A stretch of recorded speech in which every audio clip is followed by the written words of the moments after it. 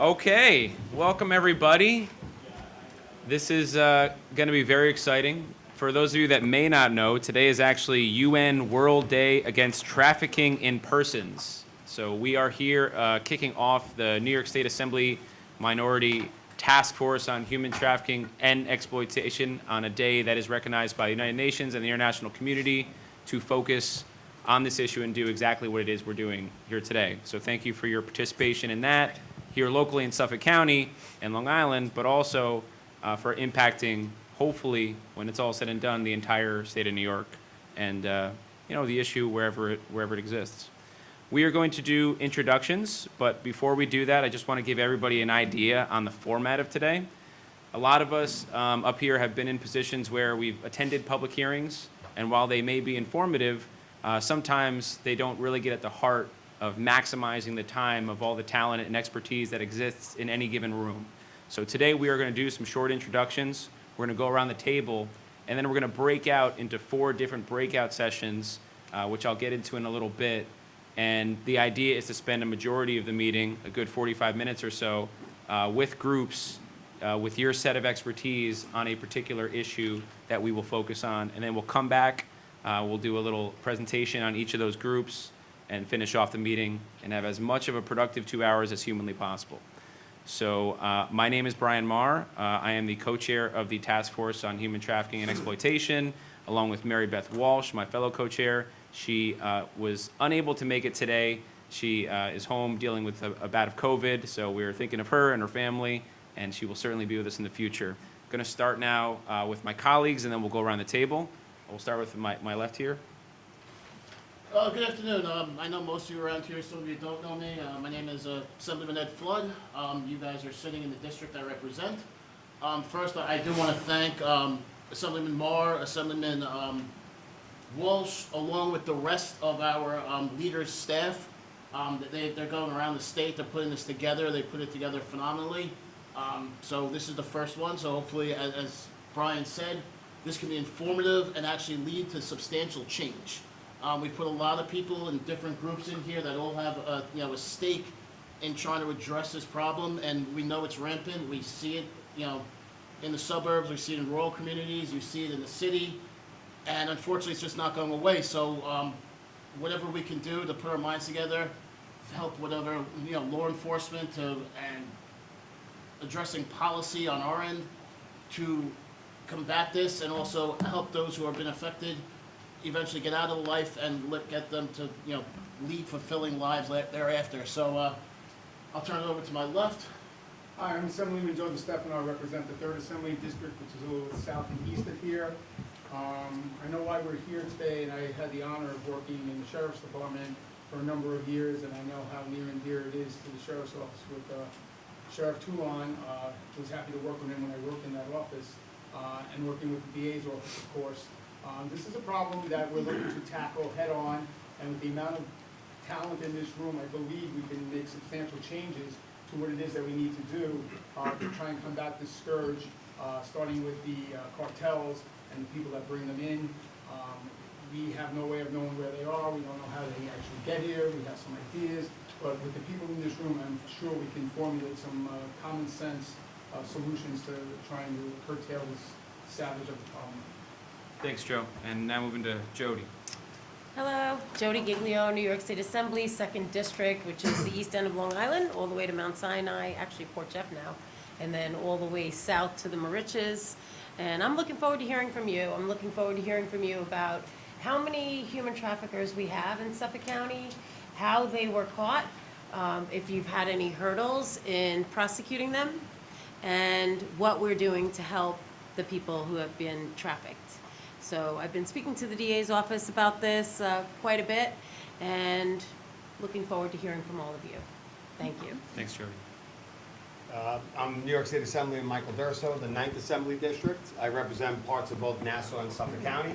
I want to thank Assemblyman Marr for putting this together, along with Assemblywoman Mary Beth Walsh, traveling the state and obviously getting experts like yourselves in the room so that not only can we put policy forward, but you can help us shape the policy going forward that will be able to help stop and combat this growing issue and the problem that it already is. So thank you all for being here. Thank you, Mr. Durso. Now we'll get to our individuals who've been invited to be part of our roundtable discussion, and we will start to our right. I'm legislator Chad Lennon for Suffolk County. I represent the 6th Legislative District, which is right next door, your neighbor here. So working as a legislator, I campaigned on the human trafficking issue, and I'm still pushing for that, for us to do whatever we can at the county level. I was in the DA's office where I was first exposed to human trafficking court. Also, as a Marine, I've been stationed on the border. I've seen the trafficking with drugs and human trafficking coming across, as well as I'm currently stationed in the Pentagon, the Joint Chiefs of Staff, National Military Command Center. I see the reports of human trafficking constantly when I'm there. So seeing at the national level, I know we have a problem here at the local level, and whatever I can do to better inform other legislators, other people in the county, and whatever we can do from a legislative point for the county to help combat this, I'll continue to push that. So again, my door is open, whatever I can do to work with and help anyone here today. Thank you. My name is Sarah Zapata. I'm here on behalf of Legislator Trish Bergen. Thank you so much for having me, and I'd be gladly reporting anything back to her that I can. Thank you. Oh, my turn. Okay. Hi, everyone. My name is Fetty. Not Fetty there. My nickname is Fetty. Okay, confetti or fettuccine to help remember everybody.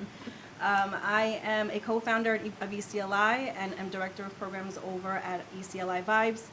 We merged. There was 2 organizations. We merged into one about 3 years ago, and really we helped start the Suffolk County Anti-Trafficking Task Force, which, Scatty, I know you were on it for a little, many of, actually almost everyone on here is on Scatty. So the task force is very well represented. Us and PD joined forces back in 2017 to create this task force, and we've been doing really great work. But we want to expand on that, and we need your help to do that, so I'm really just happy to be here. Thank you for putting this together and for understanding that there's an actual real issue in Suffolk County. Thank you, Fetty. Hi everyone, my name is Valentina Mate Perez. I'm here representing PACT, a nonprofit. We were formerly known as ECPA USA, so that might ring a bell. Yeah, I'm very happy to be here. My role focuses on our youth program in our educational initiatives department, so I'm excited to speak with you.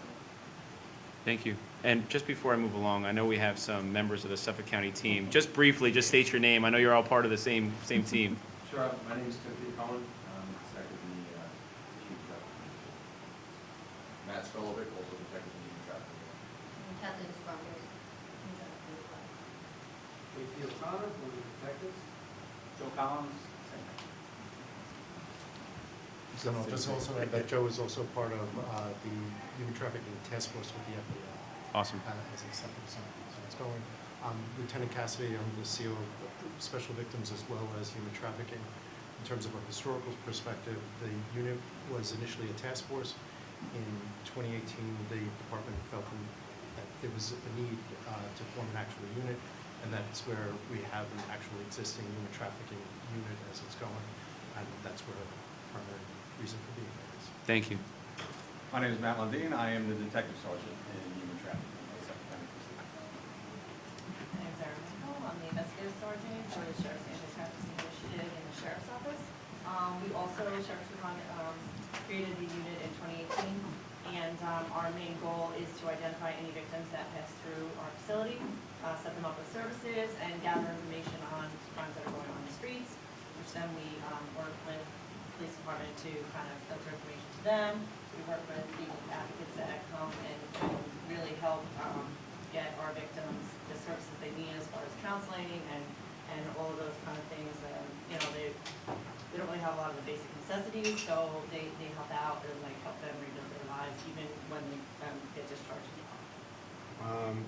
Captain Investigator Robert Perano for Suffolk County Sheriff's Department. I'm in charge of the Intel Bureau for the department on the corrections side. Erin works for me and for people. Unfortunately, although they have name tags, they couldn't be here today because they're actually working in the unit. And we encompass not only Erin's unit for human trafficking, because there's a lot of cross tie-ins with our gang unit, our violent crimes unit. All those things play into the issues that are part of human trafficking. Thank you. I'm Keith Taylor. I'm here on behalf of Sheriff Toulon. This is a top priority for the sheriff, and I oversee the units that you just heard, as well as a few others. So I'm here on behalf of Sheriff Toulon. Thank you. Hi, I'm Laura Ahern. I'm the Executive Director of the Suffolk County Crime Victim Center. We're a New York State certified rape crisis center. We also run a SANE program, sexual assault response for acute sexual assault victims out of Stony Brook University Hospital. We also a crime victim center, so that means we provide services to all victims of violent crime. And as you said, this involves all different types of crime victims, not just sex trafficking victims, which is our focus. But we have a robust prevention education program. We have a robust accompaniment, court accompaniment, and advocacy program. And we've worked with HD victims in the HD court here in Suffolk County that was established.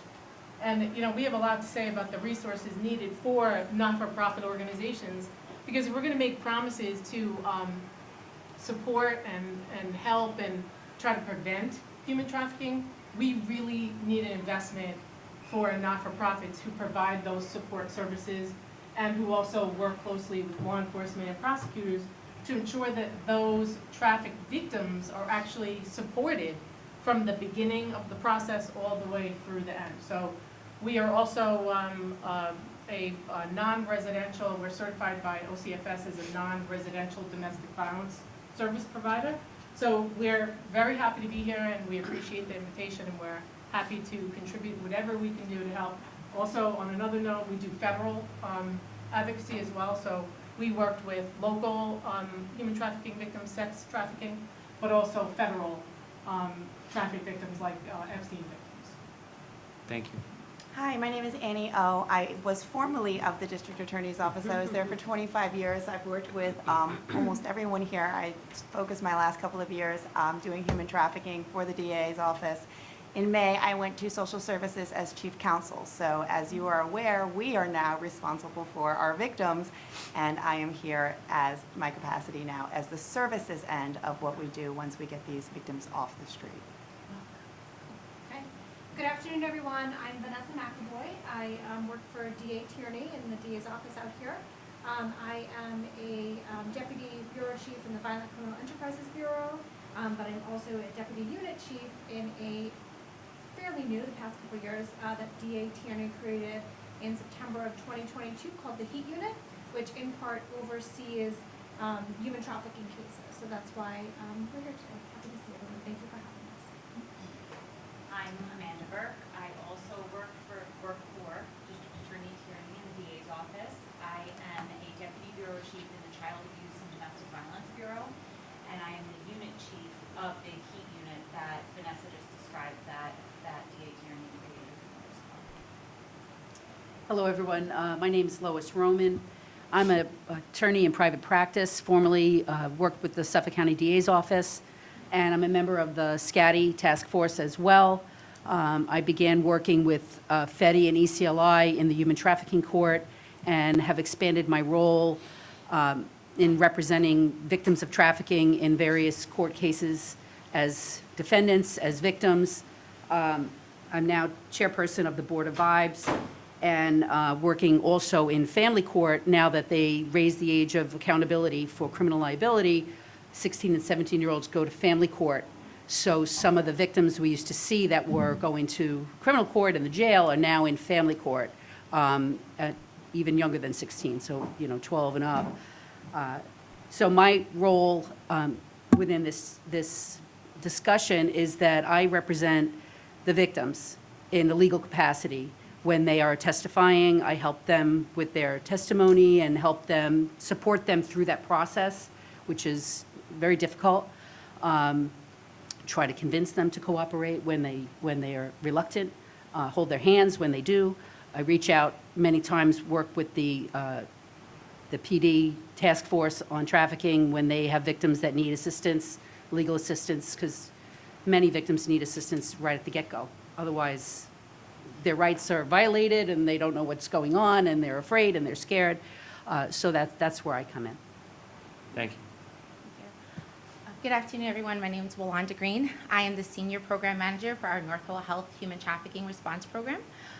With Northwell being the largest employer in the state of New York, we see many patients a year. I forgot what the exact number is, my counterpart, Dr. Paulus, a year, and we have all of our sites go across all the boroughs, and we're really focusing within Suffolk County and Nassau County, where a majority of our identified cases have come through.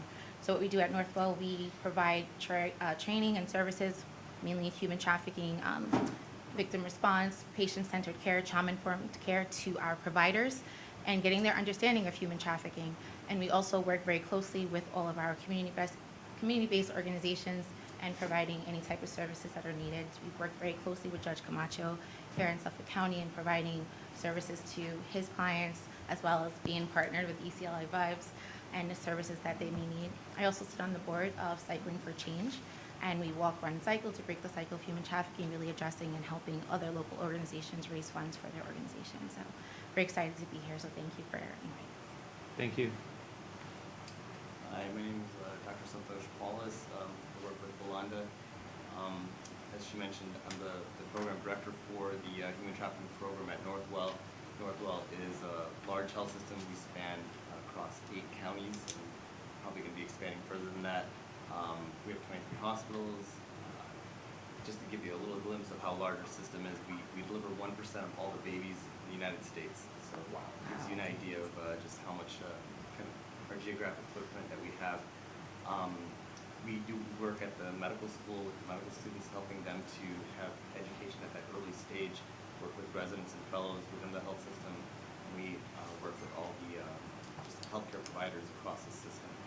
I feel like Wanda explained pretty much what the program is doing, and we're just really excited to be here and to learn from everybody and to be a part of what we can get done together. We've really enjoyed working with ECLI, with the Empowerment Collaborative Long Island, one of our earlier partners, and just really helped shape what our program looks like. Just figuring out what needs they would have that we should be able to either already provide services for, or that we can work on figuring that out. So that partnership is really it's been good to see. Thank you for being here. I'm Kristen DeMayo, Senior Probation Officer with Suffolk County Probation. I am currently working with victims on a caseload, but we also obviously have traffickers in probation as well. A big part of probation is working with the different agencies on identifying the population, to getting them the help and the resources that they need in order to get out of this lifestyle and be productive members of society. So that's just probation. Alan Bodie, I'm here on behalf of District Attorney Tierney. I'm his chief assistant. For anyone who's not aware, DA Tierney took office January 1st, 2022. Prior to that, he was a federal prosecutor, and prior to that, he was a Suffolk County prosecutor. You know, he's prosecuted a number of sex crimes. When we were federal prosecutors together, we did human trafficking and sex exploitation cases. So I think I can help us a little bit with the federal perspective as well. You know, one thing on establishing the HEAT unit, Ray wanted it to be a unit that spanned the office because human trafficking runs the gamut from labor trafficking, which is really best addressed by our financial crimes unit, who can take care of labor trafficking, you know, the 7-Elevens, nail salons, things like that, where we've done cases before. Sex trafficking, which, you know, if it's child sex trafficking, it's probably best in our child abuse domestic violence unit. You know, if it's gang-based, Vanessa's in our gang unit. So we try and use the tools we have, because we have experts in gangs, child sex assaults, and we have experts in, you know, financial crime. So we try and use the unit to take advantage of the best people across the office to do those things. Thank you. Did anyone walk in and we have not hit? Go ahead. Hello, my name is Stephanie Muller. I'm the program supervisor for Safe Harbor. So Safe Harbor works with youth up to age 21. There's a Safe Harbor program in every single county in New York State. I represent the one from Suffolk County. We are under OCFS and the Department of DSS. And what we do is we provide direct services such as case management, goal setting, safety planning. We provide court advocacy and different types of services like that. We also have our community-based mentoring program where we connect our youth to mentor volunteers. We do groups. We are part of the Aaron Corps. We, in that MDT, we're also part of the MDT that is part of the Child Advocacy Center, which is where we are located. And we also do a lot of community outreach. So We do youth workshops in schools, group homes, residential centers, and after-school programs to be able to provide that exploitation prevention education, as well as education for adults, whether it's professionals or community members. We also have workshops that are specifically for caregivers. So the work that we do is, for youth that are at risk of human trafficking, that where there may not be that disclosure yet, as well as confirmed survivors of human trafficking. Thank you. That was a lot. All right, so one thing that everyone in here will notice is there are a lot of people at this table, and it is certainly challenging to figure out a way to format a meeting like this and maximize everybody's time. So the first thing I'm going to put out there is we are not going to solve the issue of human trafficking in this meeting, in these next 2 hours. So think of this as you would with your relationship with building with victims of human trafficking. It's a level of trust. So trust that you have elected officials that are here at the state and local level that want to make a meaningful difference, which means after we leave here today is probably when a majority of the information flow and work will actually get done. This is to spark that. It's to develop this relationship with this task force. And a big reason why we are here is because the current New York State Interagency Task Force on Human Trafficking, it's got 18 appointed members. Yes, it's important for them to have all of the commissioners be their representatives, but there are also NGO appointments that are supposed to be on this interagency task force that have never been appointed, that sit vacant. In this interagency task force, by law, is required to file annual reports, but one has not been filed since 2021. And I don't mean to say that in a way where, okay, we're going to be combative. It's a matter of fact. It's why we're here, because we want to take this interagency task force and make sure it is as active and productive as it can be, as we know it can be. So it's certainly not going to be about yelling about that and that's it, but we want to make sure it's known to people so that when we talk to our contacts at the state, we let them know that the end goal is to help give them more tools and resources and some recommendations on how they can best work, along with legislative recommendations and funding recommendations. But in my opinion, just having this conversation and the public service announcements that will come from it and the sharing of information and the education that will come will make an actual, real, meaningful difference. I am going to just state what the 4 breakout sessions are going to be, the topics, and what we would like to do is immediately break out into those sessions. And Bernadette, I'm going to pull a little remix on you. What we're going to do, since we're so packed, is one group is going to be at this side of this large table. Another group's going to be at this large table. And what I might do, Bernadette, is put 2 of those tables together real quick and leave one to make sure that we kind of maximize the seating and the table. Because it looks like it'll be a little crowded over there if we try to jam all 3 groups. So the first group is going to be, how can New York strengthen support for survivors and communities? That's one of our breakout groups. How can New York strengthen support for survivors and communities? The second, what coordination and tools do law enforcement and prosecutors need to better combat traffickers and help victims? The third group is, what impact is the migrant crisis having on human trafficking crimes within the state? The fourth is, what kinds of education and training are needed to better equip professionals and all New Yorkers to recognize someone who needs help? And as you all think about which of these groups you're going to break out, also consider the fact that maybe you're in law enforcement, maybe you also have a perspective that is unique for one of the other groups, right? So think about it. The first group is going to meet, and we're not going to move yet, but the first group is going to be on this side of this large table. The second group is going to be right down here on this side of the large table. The third group we are going to put at the combined tables, which is going to be now in the back. And just in front of them is going to be our fourth group. Does anyone, before we get started, have any other questions? We are going to nominate from each group one person to kind of be the leader to, when we come back, give an overview, and then we will have a bit of an interactive discussion as well as possible with the whole group on that particular group. And then we'll cut it based on our time allotted to make sure that each group has a say and we have some sort of discussion. That will be challenging, but that is the goal. Any comments, any questions? The last thing I want to do procedurally, do we have a representative of Stony Brook University here? Outside the room? All right, well, we just want to say thank you for having him host us. This is a tremendous setup. We appreciate Stony Brook University. I just wanted to get that out of the way. Thank you to our sound folks, and we'll get to the other folks that are here donating their time, being here as well. Any of my colleagues, anything else? How many do we have in law enforcement, and should we have one law enforcement person at each table rather than having all the advocates at one table, all law enforcement at one table, and all So I think that's to part of my comment. I think at the end of the day, we want this to be very well spread out. So if you have Suffolk County, spread yourselves out, right, to different groups, nominate among yourselves. But yes, member Giglio is correct. We definitely want to make this as not packed in one session as possible. So with that being said, our first group, and our members, you guys can just go to walk around to each one. You can plant yourself at one, whatever you guys want to do, okay? Ryan, did you assign each question to a section?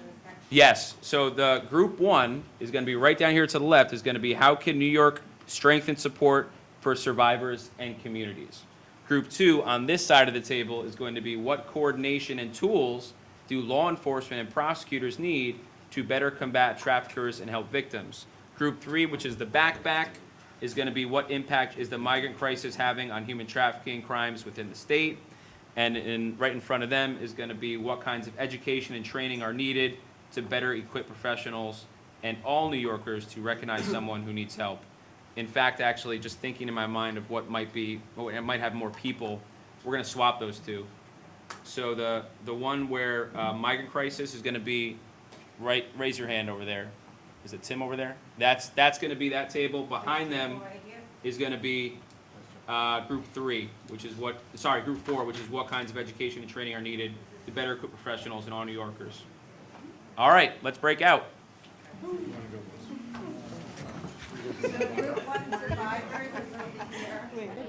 Behavioral, and if they are not being trafficked by their parent, they don't fall under a child welfare case under CPS. Under the Safe Harbor laws, DSS is required to provide support services for them. There's no funding that came with that bill.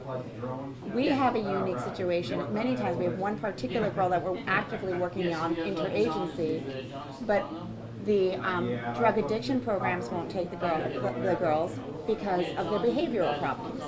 The mental problems, because most of these girls are acutely trauma bonded to their traffickers, will have drug addictions, but then they also have a lot of psychiatric issues, and the psychiatric hospitals won't take them because they're drug addicted. Coupled with all of those facts is when you have a child who is not under CPS or where their parent is not their trafficker, let's say a runaway, and their parent just wants them back and wants to support them, we obviously can't file a CPS petition. They don't want to provide them to DSS for foster care. So we can't take care of them under our CPS paradigm because there's only certain kids, like there are trafficking camps throughout New York State, but they're only available to foster children.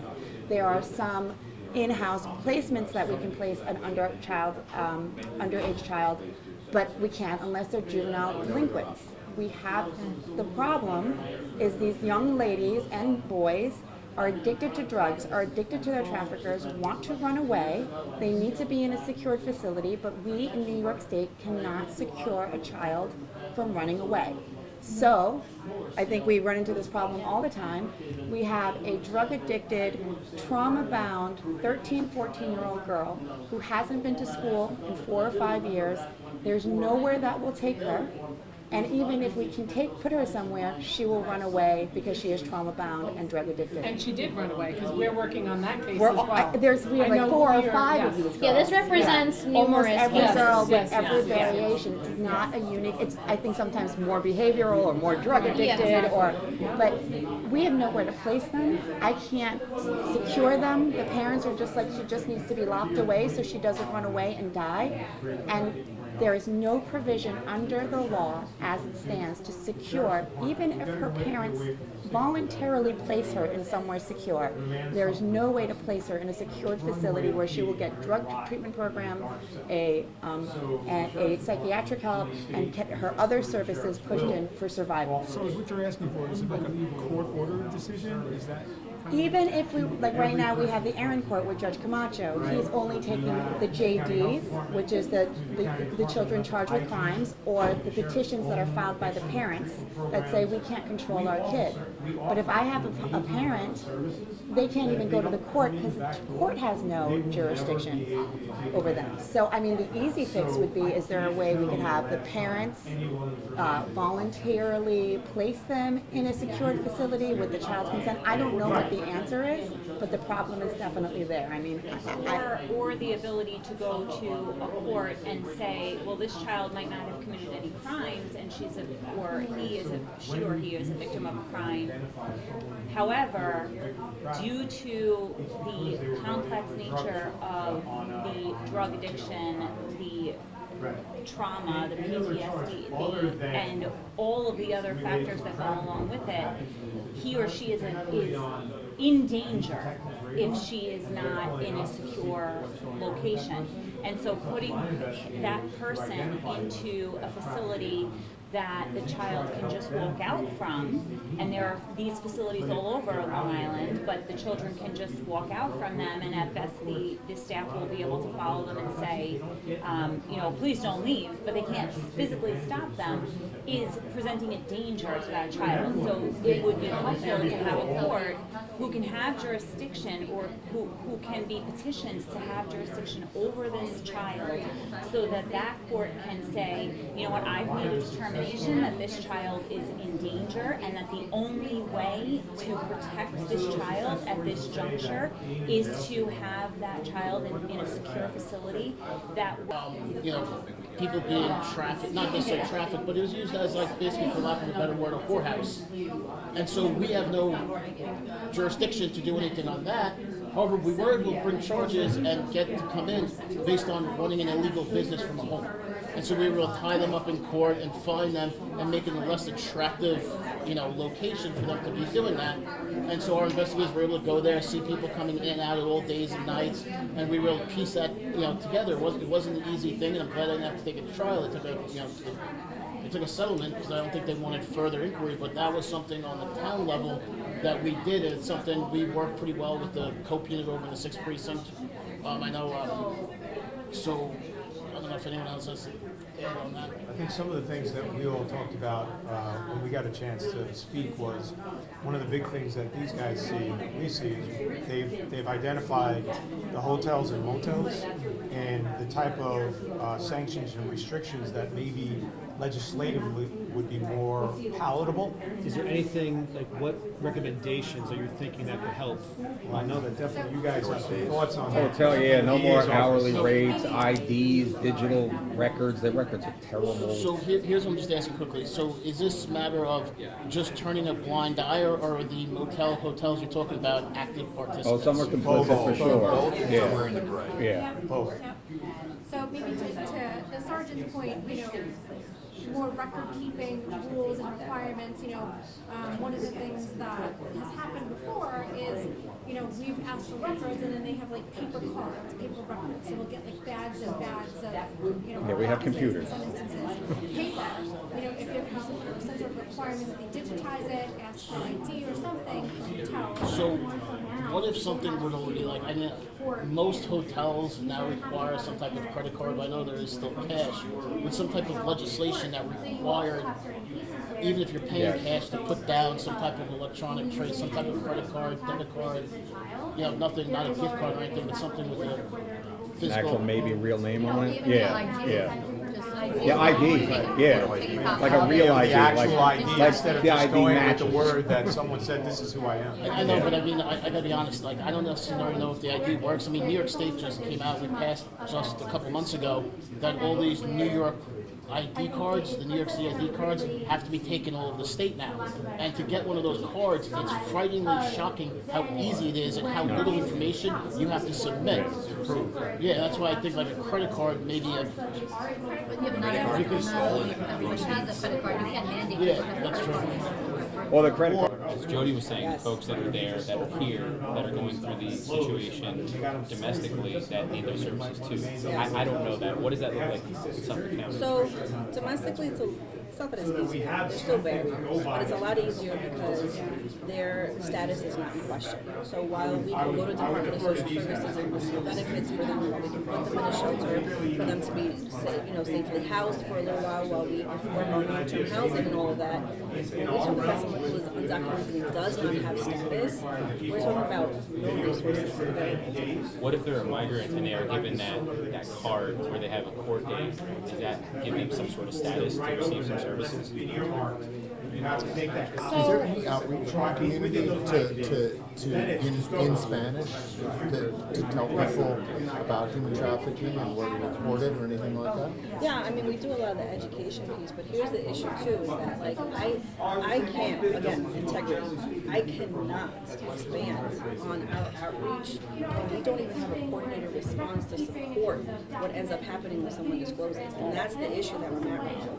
I'm not even... So, do you think that it would be wise for the state of New York to require pamphlets on human trafficking and numbers for people to call if they were I think it's human trafficking? necessary, yeah. It's necessary. But I also think that, like, what are those services being provided? Well, that's what we're going to talk about Limits next. outreach. Yeah. Need resources for From what I'm potential hearing, victims. from what I've Limits heard from the outreach chief police in the to town of East people. Hampton, is that there are girls that are being sex trafficked by their uncle, and they live in their aunt's house, and the aunt's like the chief of police, and they do an investigation, and they go to the house, and they see this person is being sex trafficked, and the aunt's like, we are not going to prosecute. Everything's fine. You know, so what is our issue as the district attorney, or what laws can you create to make it that anybody harboring somebody that knows that they're being sex trafficked, can we maybe create legislation to hold them accountable and maybe prosecute them? Yeah, I mean, I told the folks who are in my office who are representing the prosecution panel, you know, there have to be consequences. Legislate, your colleagues, a lot of your colleagues don't want there to be consequences for criminal activity right now, which is tough. Bail, It's not just that, it's labor trafficking, there's all sorts of things that fall under that. Would that be accurate in your description? So I'm just like, So they did it because they don't because we have a dedicated unit, but specifically in terms of. So you're able to quantify. Right, yeah, we're able to quantify, which is going to put us in a number. I don't think that our number would be 8 the maximum or anywhere, and I can't speak for the rest of the state. Sure. And so I think because we could. And please don't take it, I was passing it as a blame or anything like that. No. It's tough because we don't have a dedicated unit. Right. Exactly. We can quantify it. That's why how many cases that we have going whereas a smaller department wouldn't necessarily have the numbers that would plus we're a population base. Right. Separate otherwise. So But having the dedicated unit not only helps you identify traffickers, it also helps you be able to get them off the street, help victims as they come in, be able to pass them along to agencies that need to be. So in other words, areas that don't have dedicated units are actually really at a loss because they don't know what's going on. Not that they don't know what's going on in the community, but it's the chicken and the egg, right? Okay. sorry. Yeah, no, please. In terms of numbers,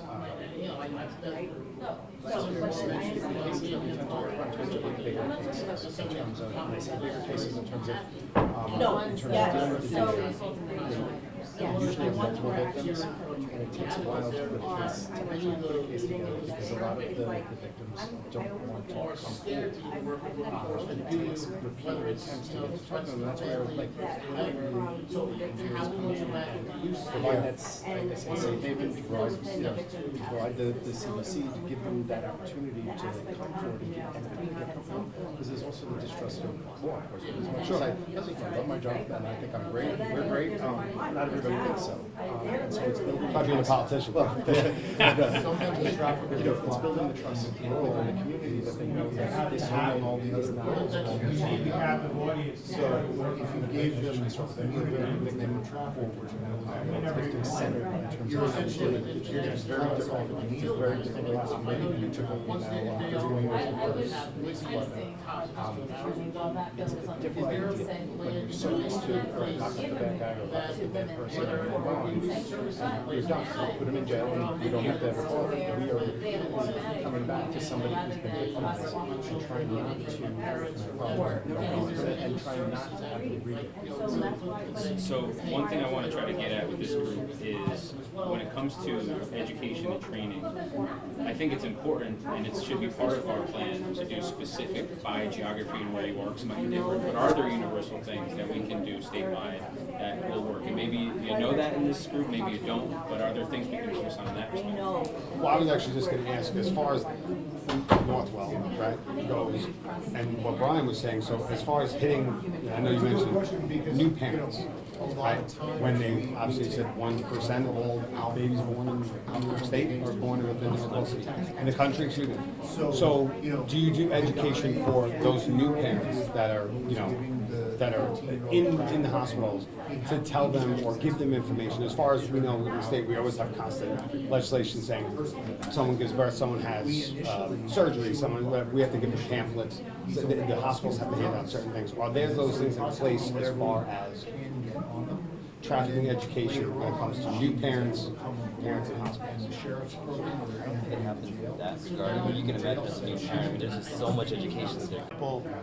And I know there's another group for it for a couple tables away, and we're talking about illegal immigration. So we'll have a group of Venezuelans, let's just stay on that topic, that come over and maybe they're tied to Tren de Agua and they're in one of the shelters in New York City.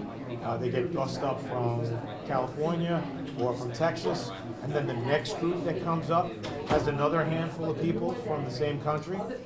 Those ones that are already here will automatically target that new group because they have ties back home. I can't say that I'm going to protect someone in the middle of Venezuela, and I could never make that claim here. I don't think the federal government can make that claim here. So they don't see that we have any resources to protect them once they're brought into that loop.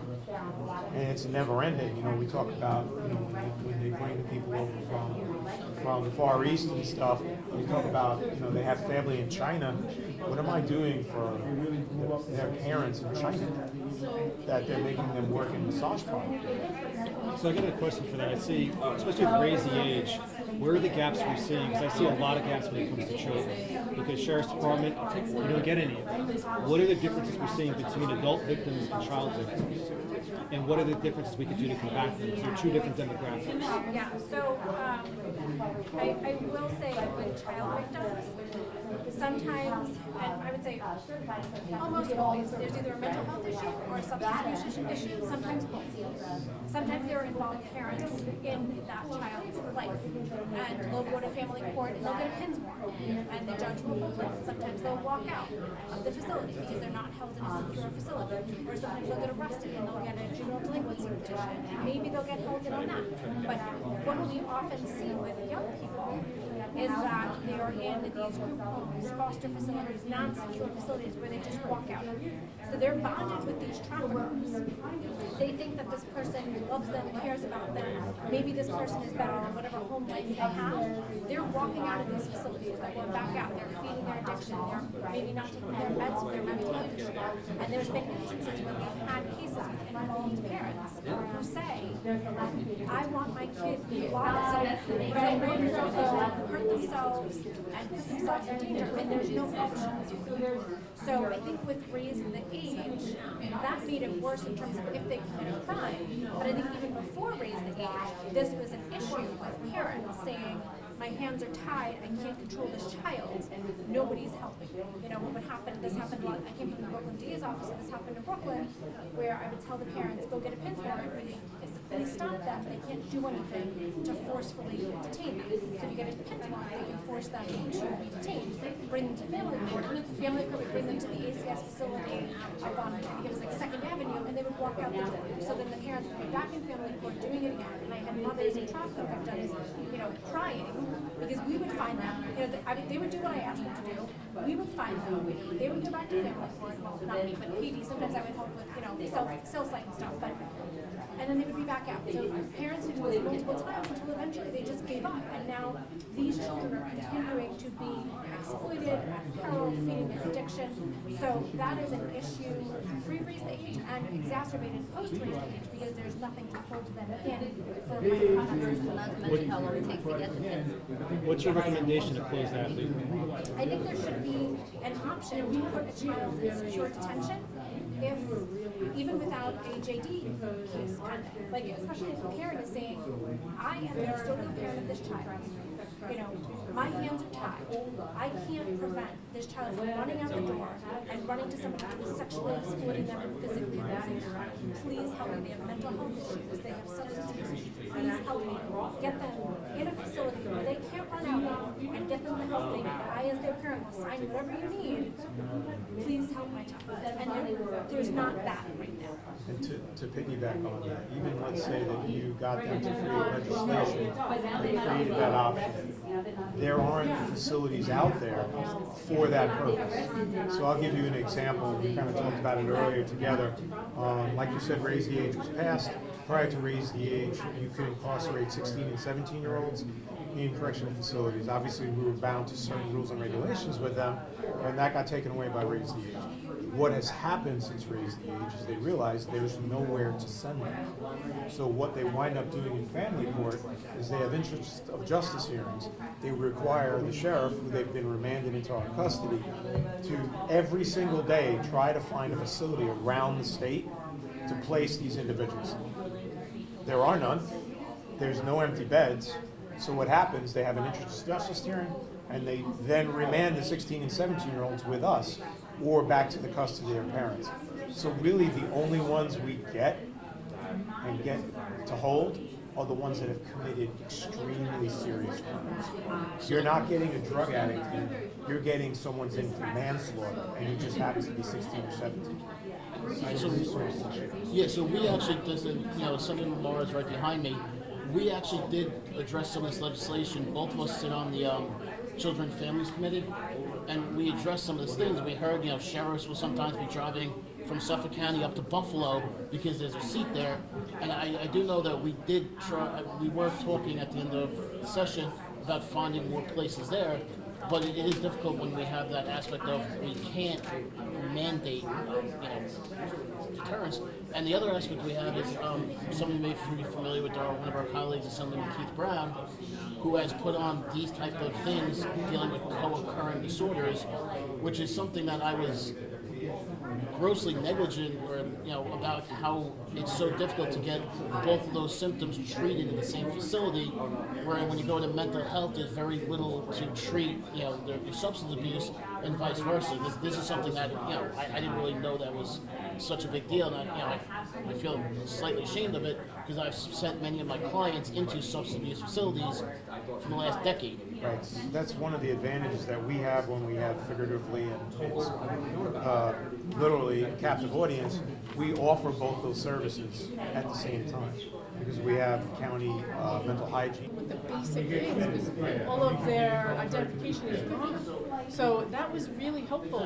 We had so many successes in those circumstances, but if they're not going to be somehow have a connection with law enforcement, if law enforcement is making an arrest, and I agree it shouldn't be criminalized, but at the same time, I'm not sure how else victims are gonna have contact with the system, be exposed to the services. Doesn't mean that they're going to accept the services. They may just do what they have to do to not move forward in prosecution, just do those basic things, but they've been exposed. You're and talking they're- about arrests for prostitution. Exactly. Well, and the HT court was just misdemeanors, so let's be clear. Because Yeah, I had it was. clients that were arrested for felonies, and with this extensive trafficking background, cooperating with law enforcement at the federal level, given no consideration for the fact that the drugs that were found in the car were the traffickers' drugs.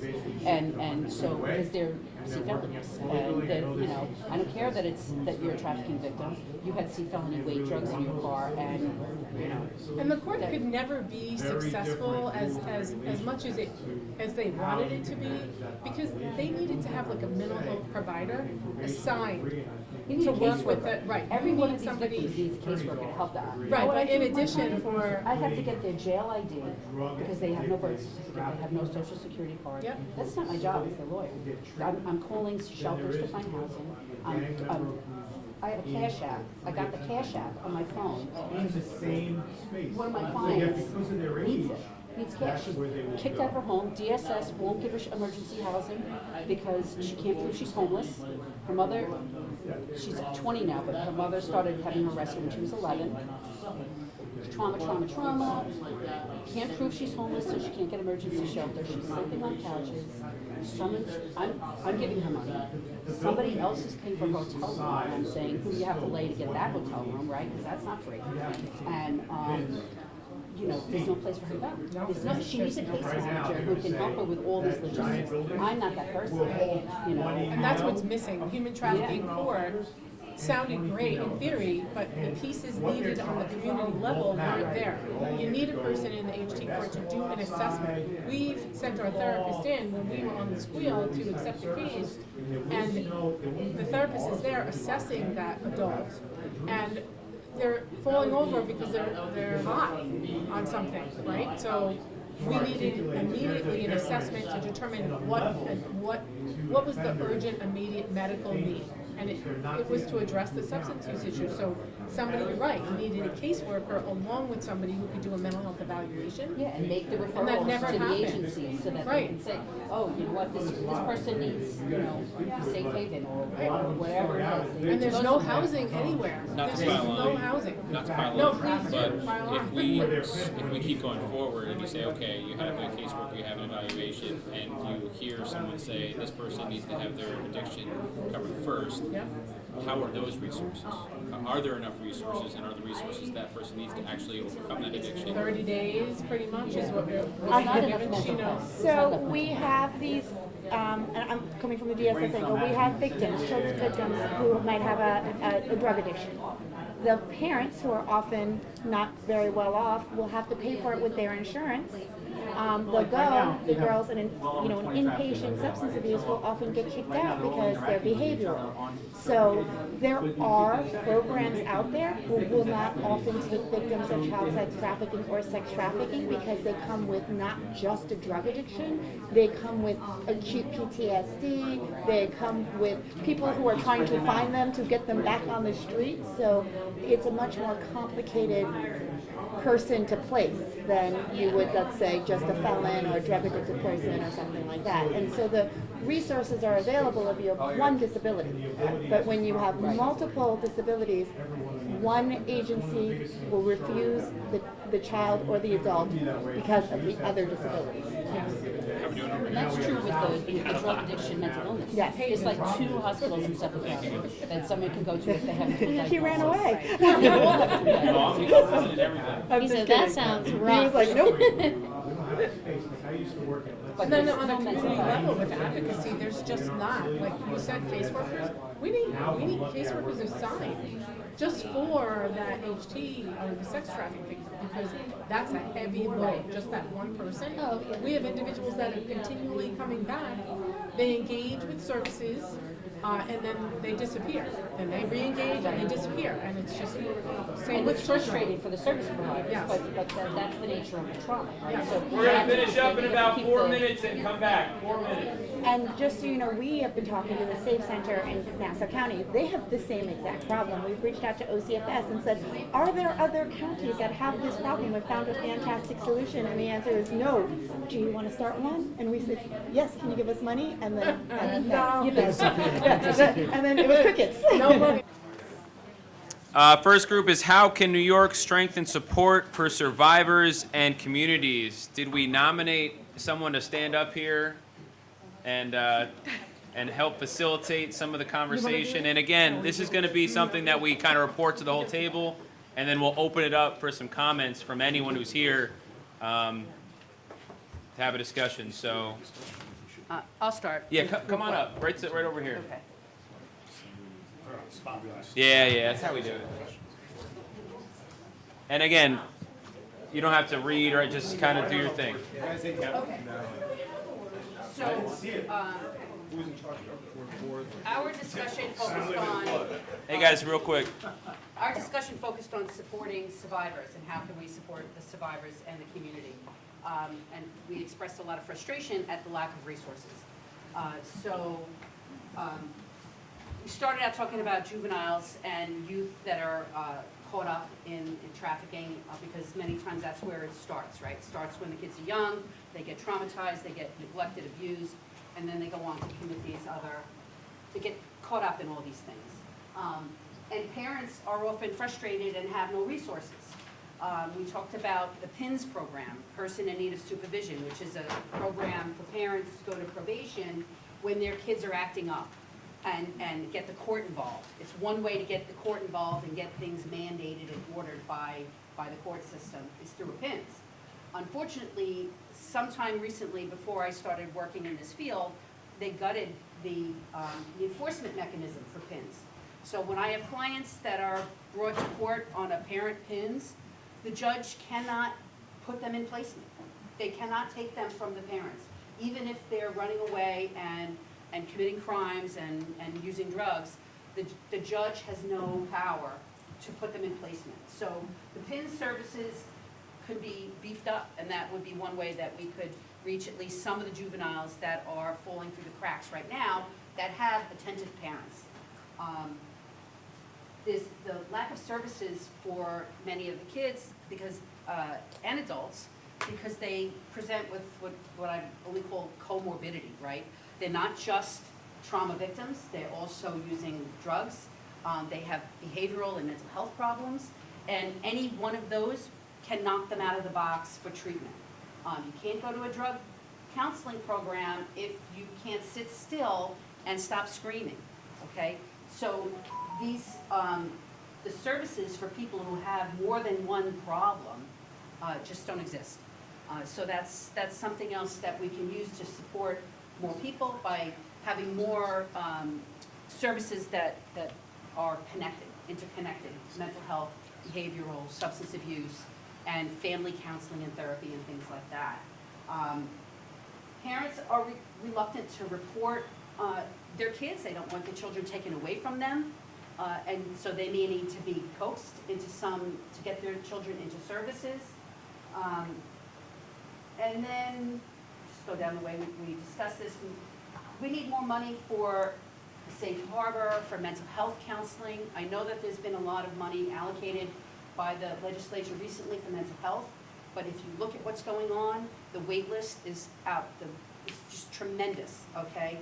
And for child psychology and mental health, there's just no providers. So we need more providers and we need more money to have more programs for those people so that they can get the services when they need it, not in 3 months when their crisis is over, or they wind up in crisis for months on end, and the crisis never ends. So we also talked about reaching people at a younger age, right, and in an age-appropriate way, and how it's difficult when all the research seems to point to starting with elementary and middle school kids, right? Because when do people get trafficked? Mostly when they're 12, 13, 14 years old, when they're just starting to go out into the world and understand what the world is all about. They still don't really understand it though, they're children, so we need to reach them in an age-appropriate way in the elementary schools and in the groups, the Girl Scouts, the Boy Scouts, the community groups, the churches, and things like that, so that people understand. Because this person might not be a victim, but their friend might be. And if this person sees the signs and understands, because they had some program and they learned about it, they may be able to help their friend and at least talk to an adult or tell that person, you know, maybe your boyfriend's not really such a nice guy, you know, as friend to friend, you know, that kind of a thing. So we talked a lot about keeping minors safe, right? Because child sex trafficking is a problem, but there's no legal mechanism to hold those minors. There's no place to go. And even the adults, there's no place to go. The housing situation is so bad that victims can't find any apartments that just don't exist. I have a client now who's telling me she's turned away from emergency shelter because she can't prove she's homeless. She needs a letter from somebody saying she's sleeping on their couch, but if she has a letter saying she's sleeping on their couch, then she's not homeless because she's sleeping on someone's couch. So it's a catch-22, and she doesn't know how to advocate for herself. So one of the other things we talked about was getting case managers for people that can help them. I'm a lawyer. I'm not in the business of getting people's birth certificates, helping them find housing. I can't make referrals to programs. Case managers can do those things and do. And I reach out to my advocates for those services when I can. We talked about the HT court, Human Trafficking Intervention Court, which functioned for a while. It functioned well back, you know, when it was first started. When the police were making arrests for prostitution, they were clearly identified victims. Now, thankfully, arrests for prostitution is down because we don't want to criminalize the victims. But unless the victims self-identify, there's no way to really provide them with the services through the court system. The pimps are onto the court. In Suffolk County, the HT court was in the same courtroom, sometimes on the same day as a domestic violence calendar, and the pimp might be there for beating up the girl, and because that's my boyfriend, he's my girlfriend, and the girl is there because she got arrested on prostitution charges, and they're in the same courtroom on the same day. So the logistics of that is not good. And now it's barely functioning in Suffolk County. We don't really have a functioning human trafficking intervention court, and when we did, it was for misdemeanor level, not at the felony level. So the support and the interventions at the felony level become more difficult because they're more serious crimes. So we want to get the survivors in contact with law enforcement in a safe way, so that when they are arrested for felony weight drugs in the car that they're trafficking, you know, being trafficked in, that they can go to law enforcement. And thankfully here in Suffolk County, we have great police that are dedicated to human trafficking intervention, and they do reach out.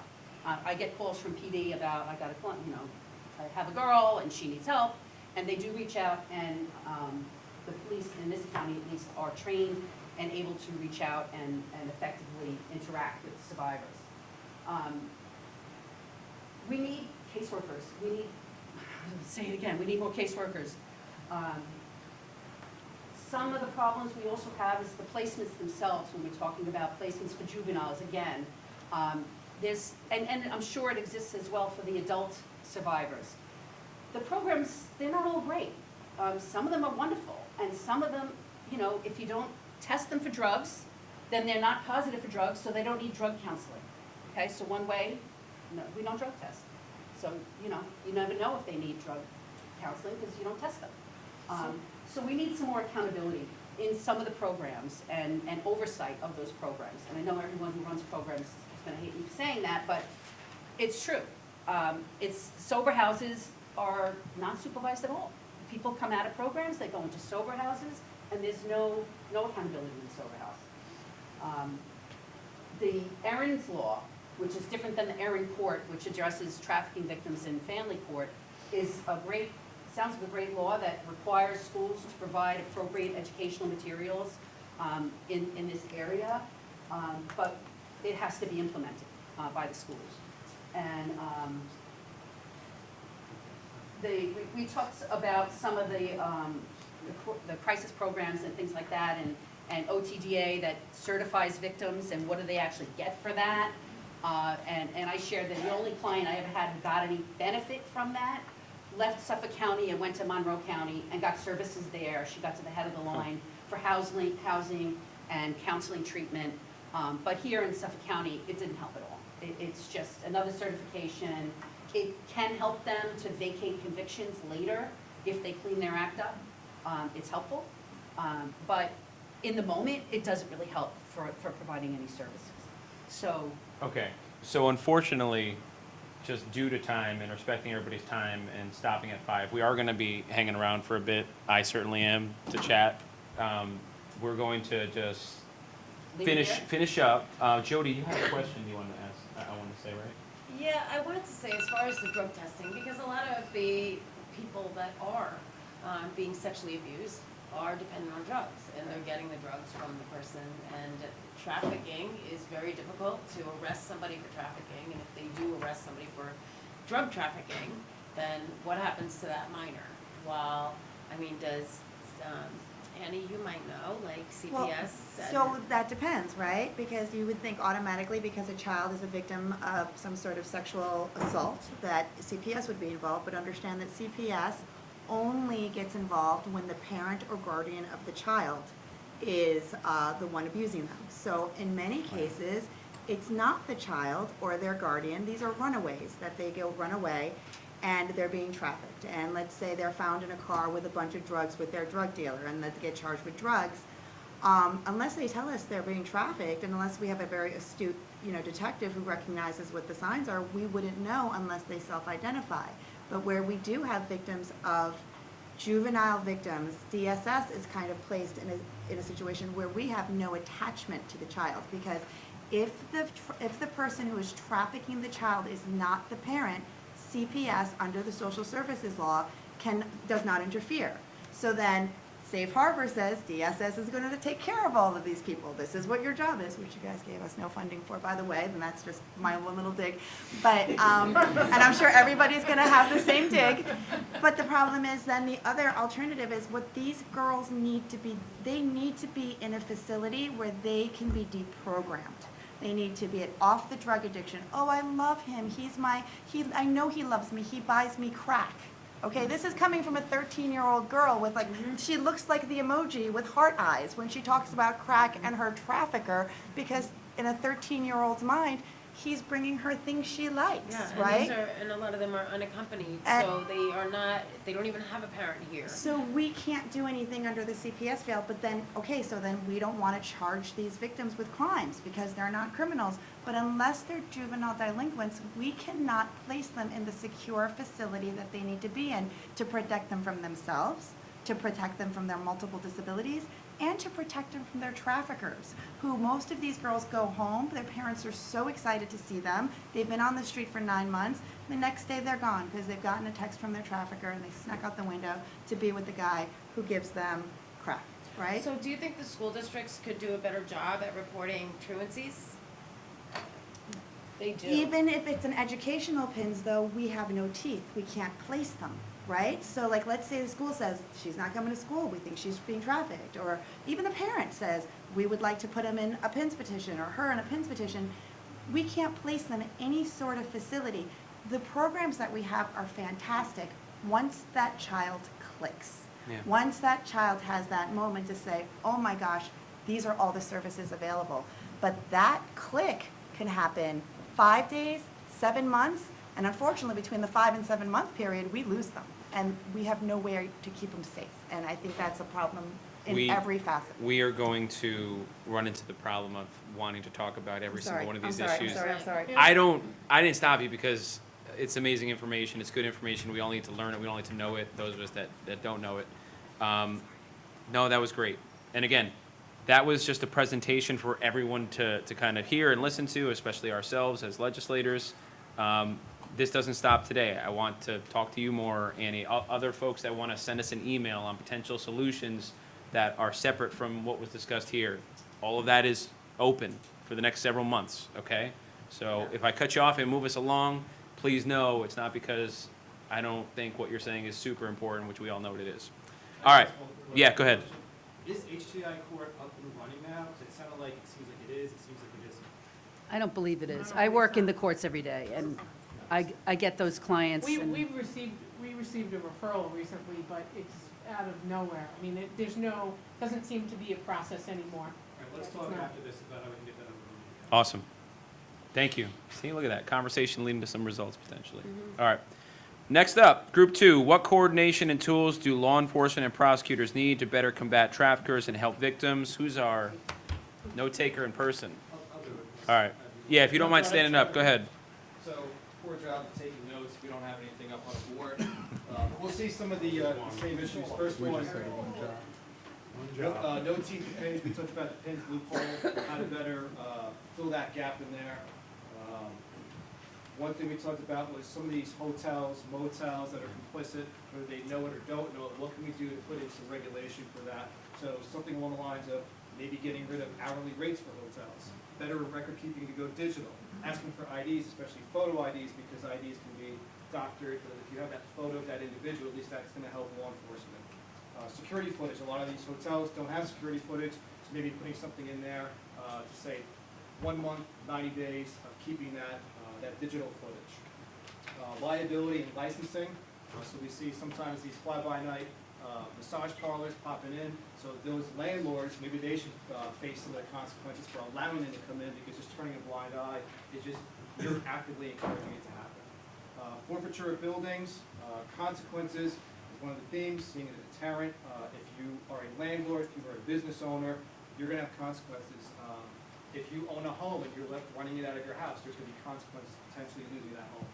For the county, we talked about with the juveniles being housed separately than some of the adults. We're looking at the county with the Foley building. Maybe there's something we can do there. So some discussions that we had.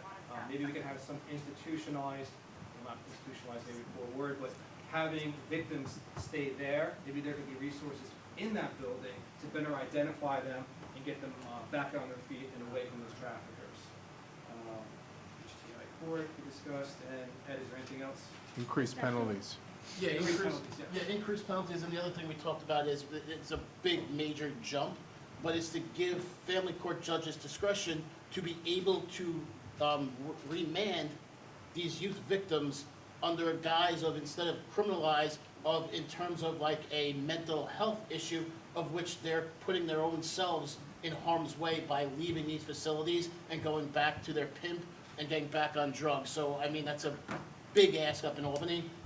Then in no way am I saying that that's an easy thing, but I think that's a step in the right direction of recognizing that it's not criminalizing these children, but taking them out of harm's way. And then also, just I would add on, the statute of limitations Oh, absolutely. increase, kind of taking it away for sex trafficking and child sex trafficking, similar to the rape laws and sex crimes.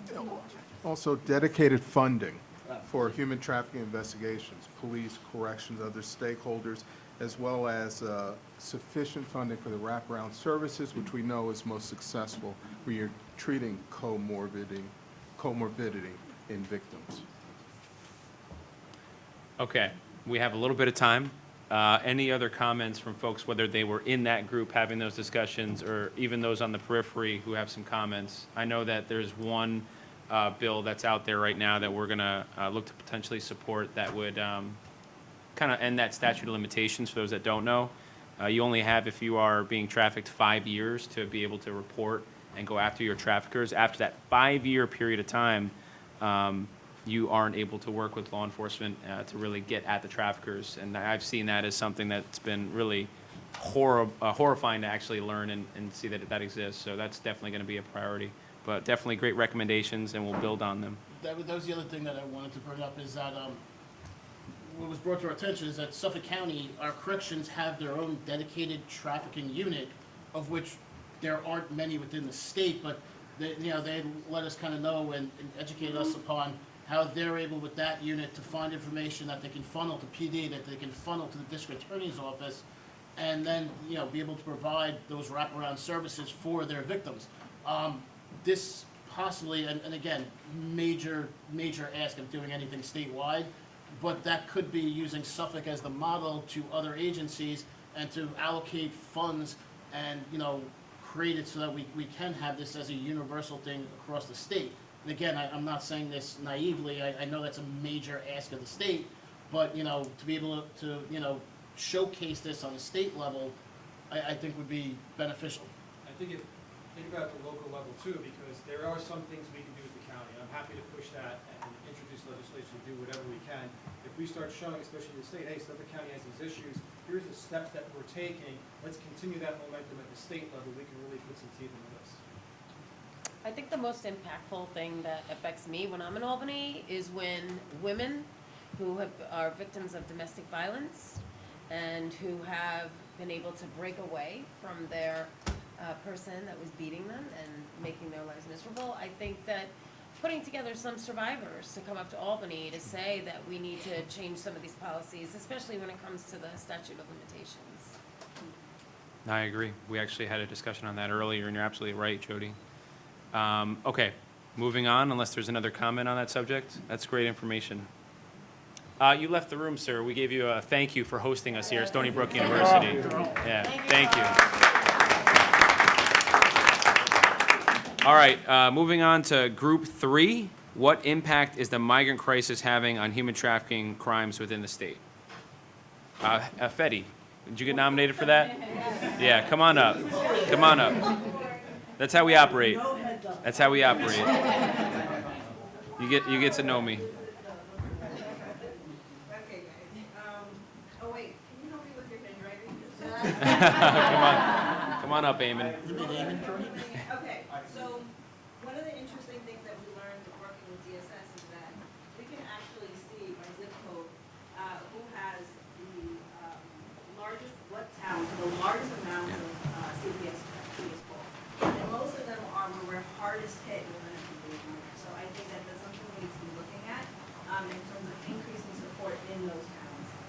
And then I'll let you know if I need don't leave me. So what we're seeing on the ground, just from the work that we're doing every single day, is that trafficking really for the migrant community is done mostly by family members or extended family members, or those who are pretending to be family. So many of our young people they end up with sponsors who are not really family, but they're like, that's my uncle, not really their uncle. So definition of family is what we discussed. Yeah, it may not be an actual family member.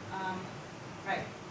And then what ends up happening is that sometimes the families over in those countries are actually selling some of their children here to those so-called sponsors who are paying for the smugglers to come and kind of bring them to where they're at.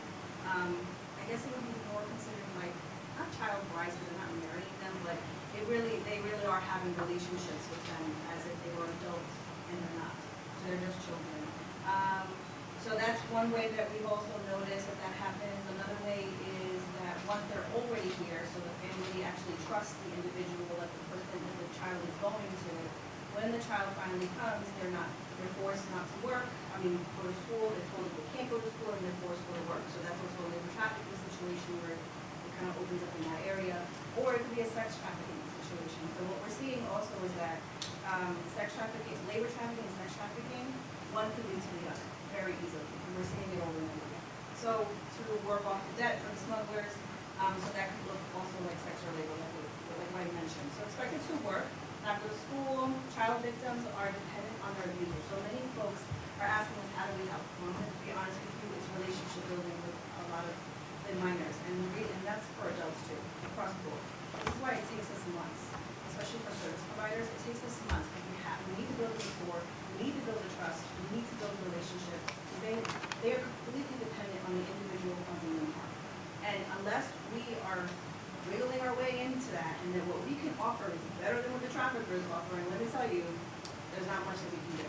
And for right now, there's not much that we can offer our minors except being sent off to the DSS, pipeline, or through the criminal justice system, or some other form. And then why would they choose that? So of course it's going to be uncle, it's going to stay uncle, because they're not going to say that they're anything else other than that, because they already know what's going to end up happening. So the dependency is a big problem. Need resources for potential victims? Yeah. Outreach is a big, big thing. Suffolk County does not have PSA, we don't have public service announcements.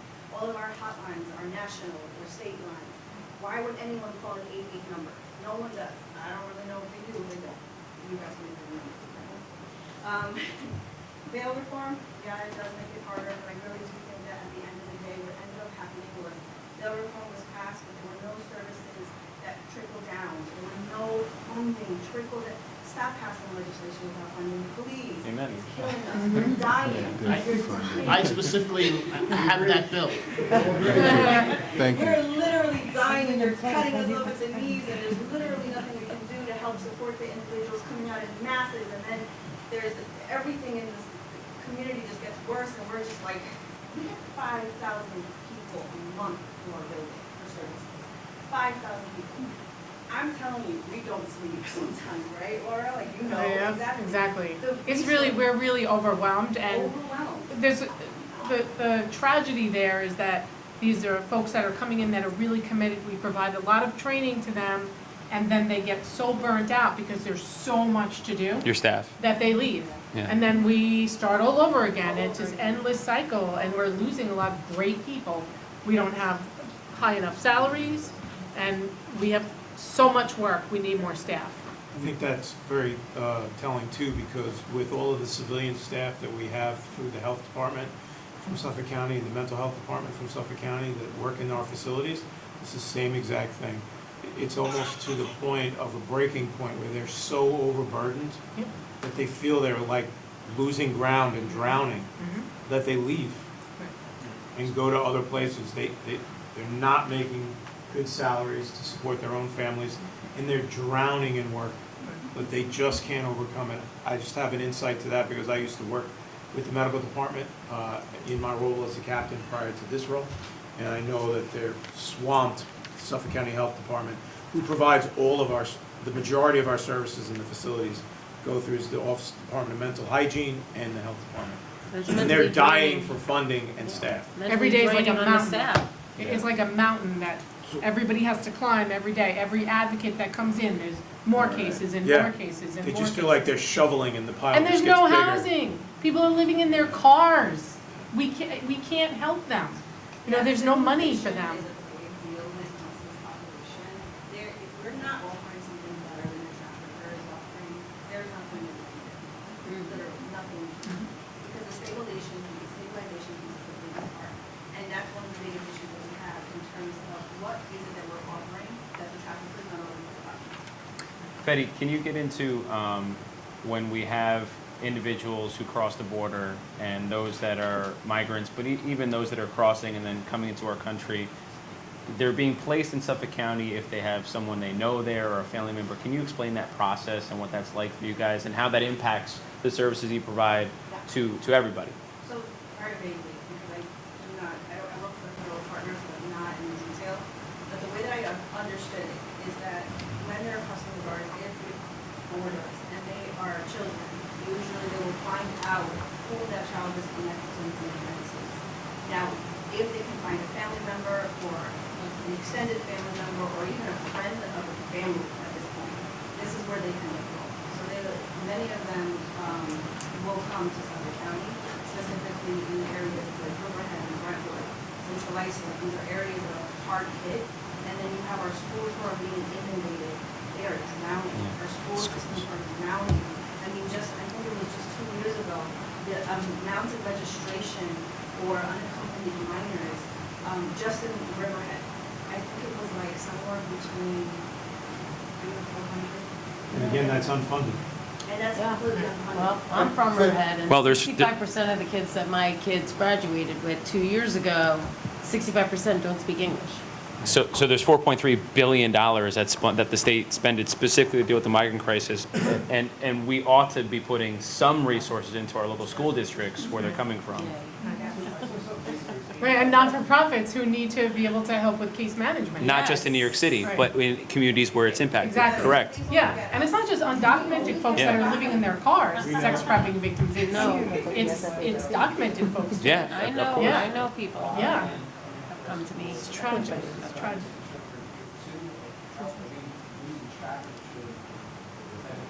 I'll be honest with you, I don't even know how we know that they're missing. Who spoke to the nonprofits? Sure. And telling us that these are missing children, that they should be on our It's an interesting There's no communication between the federal, the state, the local. We don't get the information. We have no idea.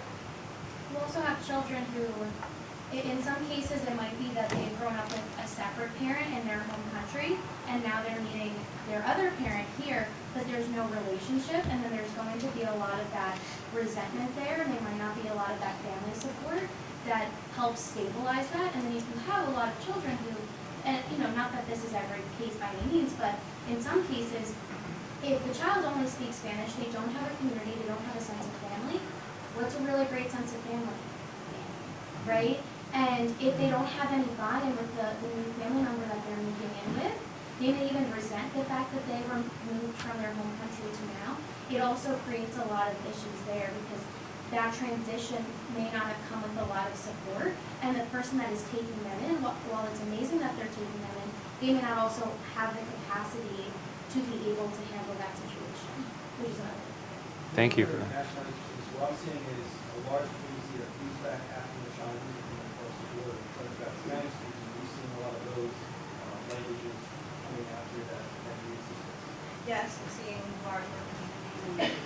I'm telling you, we can't even break over to this Hispanic community, and I am Hispanic. This is a big problem, okay? So, like, if I can even break into these communities, we can have the services for like, our Spanish-speaking families, we're doing even less for the others, and that is a travesty in general, because we're not touching those communities at all. Can I just, one point on the migrants, because what I'm seeing also is that juveniles, they're getting arrested, they come into juvenile delinquent court where I represent them, but the gangs are following the families to Long Island.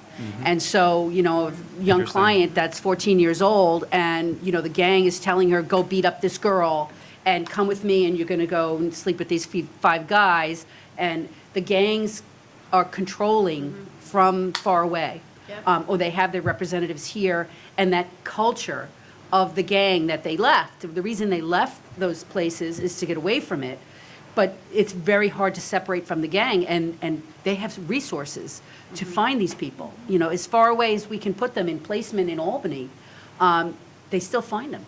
And so breaking that connection between the people who are trying to flee those horrible conditions, and they come here hoping for a better life, and instead knocking on their door is the gang guy's cousin who came up from El Salvador too, and doing the same things to them that they were trying to avoid. So there's got to be a way to break that so that the younger people aren't just falling right into the same trap and joining gangs because it's the only family they have, and then being victims of the gang as part of the gang, right? I will tell you, someone who grew up on Long Island my entire life, and I have been centralized. Gangs, not a new thing. Right. Not a new thing. It really is. And when I was a kid, there were gangs were, it was the Bloods, it was the Crips, it was the Latin Kings, it was Latin Kings, right? I'm dating myself, guys. Anyway, but now it's MS-13, and the 18 people, and all these other organizations, and sorry, and these, it just looks different now. And the issue is that back then we were ignoring it, just like we are now. And honestly, I'm telling you, we're ignoring it. We're not addressing it the way that we should. And so that's a really big deal. And I don't think that it's because they're ignoring it because they want to. It's just lack of capacity. We don't have the capacity to even touch this issue. But back in the 80s when I was growing up, same issue now. It's just that they speak a different language and they come from a different country. But there is no difference. Thank you, Fetty. Thank you. We'll be talking more, you and I, all right? Okay. All right, group 4. What kinds of education and training are needed to better equip professionals and all New Yorkers to recognize someone who needs help? Who's our, So I'm gonna do it. there you go. I'm a team guy. Yes, sir. Thank you, I Joanne. gotta be somewhere. At 5.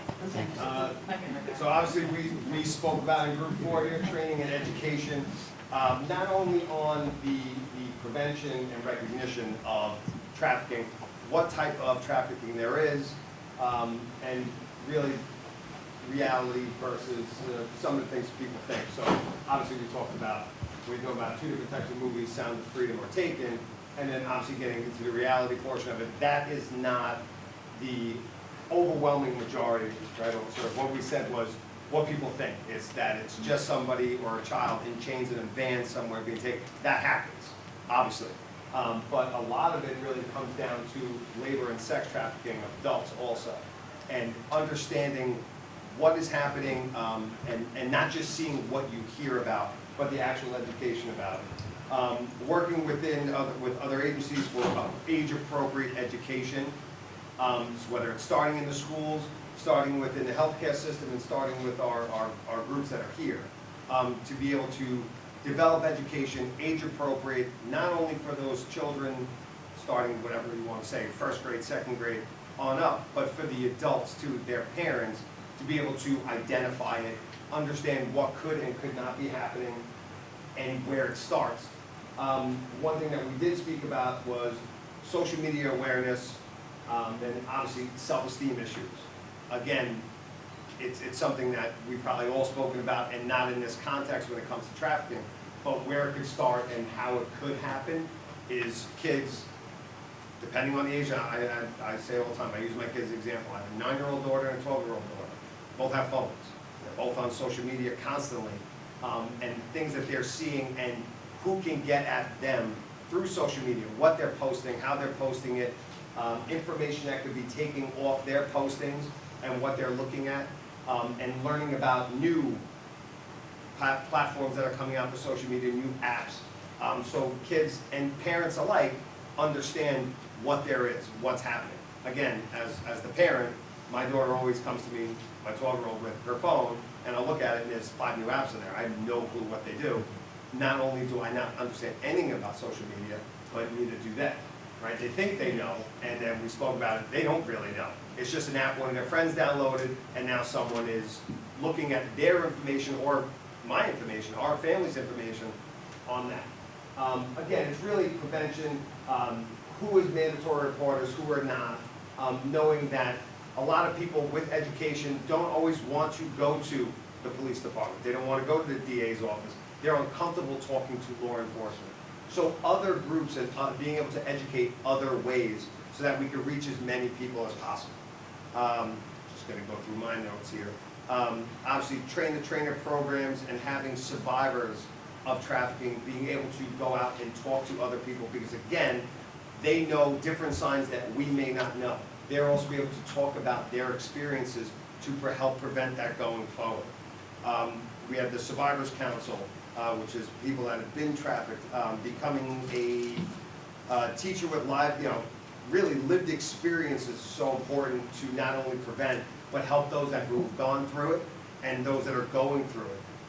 Cyber safety programs, again, social media, coming up with the understanding the different platforms, building the relationships not only between the police department, the DA's office, and these other groups to, again, reach each individual community, because each individual community may not be comfortable depending upon the group that's going to be talking about it.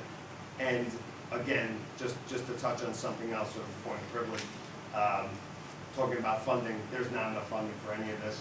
We understand that. Just so you know, we're not creating this legislation and not funding it. It's not us.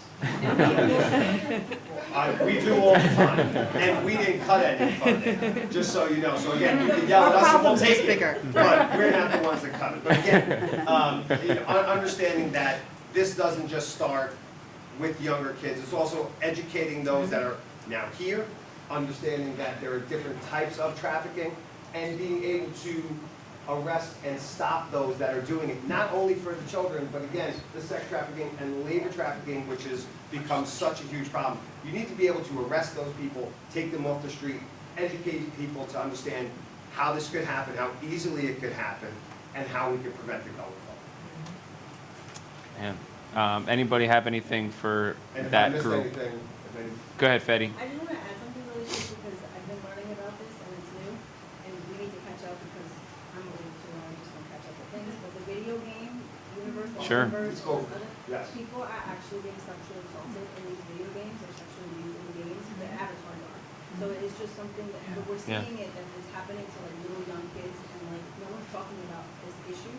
And like with my son, he's on video games all the time. So Yeah. I just think about this, and I have a conversation with him, and I know about it, but who else? Yeah. Well, that's the cybersecurity, right? Portion of it is understanding that it's not just someone looking at your social media, but it's the gaming platforms, which we had talked about. And then have our laws even like put up? Well, I mean, listen, and as someone who sits on the Science and Technology Committee, again, I mentioned it quickly in our meeting, but AI is now going to be a problem.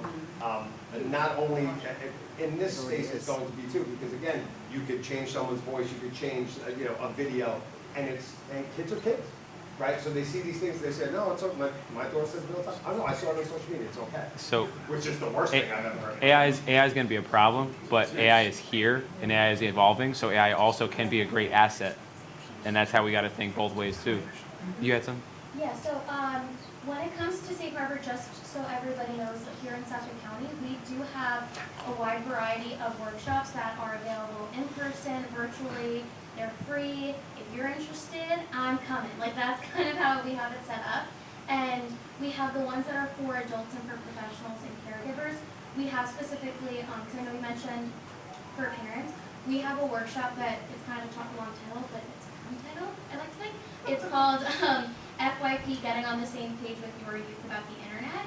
And that is a workshop that is specifically for parents and caregivers to give them the information on how to navigate social media, because it is this wild beast. We are continuously updating it with things that we learned from our clients. So, we have that intel from them, and they'll kind of tell us how they do different things, or, ways that they use it, and we're able to put that right into the workshop. We also do the youth workshops that I mentioned before during introductions. That is, we have two curriculums. We have a couple curriculums, but the two main ones is we use an evidence-based practice, an evidence-based material called Child Safety Matters. That is a material that is for kindergarten to 5th grade. It's age appropriate and talks about internet safety, healthy relationships. It's for child abuse and exploitation prevention. And then for our middle school and high school youth, we have an in-house curriculum that we developed and are continuously updating called Real Talk. And that's where we are talking about vulnerabilities and self-esteem, and how does that all come together when it has to do with internet safety, healthy relationships, boundaries, and consent. So I just wanted to put that out there. I have a bunch of business cards. If you're interested in these workshops, or or have a contact in a school or a group home, we are happy to provide those workshops, because that preventative piece is really important, and the feedback that we get from the schools and from the youth themselves, it's very clear that there's a need for it. In the past, you would have thought, I'm not going to talk to 4th graders about sexting, but we have teachers that come up to us and they're saying, thank God you're talking about sexting today, because it's such a big issue. So that is a resource, again, free, in person, virtual. We'll figure it out. Just give me a call. Appreciate it. Thank you for the PSA. One mention about the unfunded mandates, the HALT legislation, the reentry Sure. programs. We need money. We need resources. So those, if you look at my legislation, I have one piece of legislation that specifically says put a moratorium on unfunded mandates, and I have another one that specifically says that you can't pass a bill without putting in the fiscal impact note of how much it's going to cost, or approximately what it's going to cost, and where is that funding mechanism coming from. I have those two pieces of legislation. Feel free to help push it around the state and let everyone know it's So, go ahead. I'm sorry, just to touch on that, it's funny because, so when we talk about the HALT Act, which kind of changed all of our lives in corrections, they wrote in that legislation that there was no financial impact. We get that a lot when we see legislation. Right, so if that filled We the get bill, that TBD. that is not accurate. So what they mean is no New York State, but yeah, I Right, get what it's you're not going to saying. impact them because they're not paying for it. I get- Right. They also I get- did that when they But it came up with impacts the, us in the So- millions of dollars. Yeah, So- they did that with the discovery reform as well, because I Right. remember still being at the town and being like, here, figure out a way to do this, Right, can you give me 7 more attorneys? and figure out a way to do this, we're not gonna give you any guidance, and we're not gonna give you any funding, but have it in place by January 1st. The exact same thing So we do. again, I'm just going to reiterate, this conversation is going to continue. We're going to need your expertise and your recommendations. Before we get to my colleagues and just some closing statements from them, you had something you wanted to say? Yes, I know I'm not part of the task group. Everybody here is. Every Right. staff member, every person is. You mentioned relationships. You mentioned that, and one of the things that I find concerning is, this is all talking about, what are we gonna do about this because this is happening? What about the person that's being trafficked who doesn't trust the cops and lies to the police and says, no, I'm okay? How does that get addressed? Good question. And we've seen it, I mean, we saw it in the Gabby Petito video. She was afraid. So, Not only afraid, she loved her fiance, but, she was being abused. so I will say this. I've been over the last 6 to 8 months, and that's not a long period of time, but this is what I've been focusing on to prepare for this task force. Here in Suffolk County, what I see is different, very different from all over the state of New York that I've talked to. It looks as if the coordination and the plans from the elected officials to the workers to the nonprofits, there seems to be a collaboration that is creating a culture here that in 10 years might address that problem in a better way than we can right now. Because the reality is that's a 10-year problem. Creating that trust and creating that culture, that's a big part of what we're doing today. I like what somebody said about creating a model and seeing Suffolk. We're going to see other parts of the state that Suffolk can take. So creating a model, there's going to be some things that are going to be statewide, and there's going to be some stuff that's only specific to Suffolk or upstate or Western New York. So that's a challenge for us and our team. I'm going to close in a second. I just want to ask my colleagues if they have any closing remarks. The first one? No, I actually, Brian, I thank you, and I thank everybody for being here. I think this is obviously the start of something, a bigger conversation. But again, having the stakeholders here and those that are the experts and understanding what you need and what we can do to form better policy going forward, I think is important. I thank everyone for being here. And just to touch on the thing about AI, because I'm a pain with it, I've never seen a movie about AI that ever worked out in the end. Not one time. First, I do want to thank Assemblyman Moore, Assemblyman Walsh, even though not here, for the work they've been doing up in Albany for the last 8 months. Also, our staff, everyone that was there. This may be just a shot in the dark, but I mean, we're all here, we're all discussing, but I'm afraid that when we walk out of here, we lose that dialogue. So I don't know how everyone would feel about maybe a closed group on like a social media platform so that we could share ideas, like specifically like if I draft a piece of legislation, I think I'm gonna try and put it together, I can throw it into that group and everyone here can take a look, give your points. I'm a member, I live in the area, and I'm a member of the Three Village Dads, which is a closed dads group of about 1,800. And it's one of the best ways I get information on the area of what's going on. It goes really quickly. People can jump up and do that. And you can share it and not worry about, it's closed, so it's not worry about other people coming into it and stuff. I don't know if everyone's comfortable doing something like that, but something so that it makes it for an easier way to throw out information to the group and, see what's going on.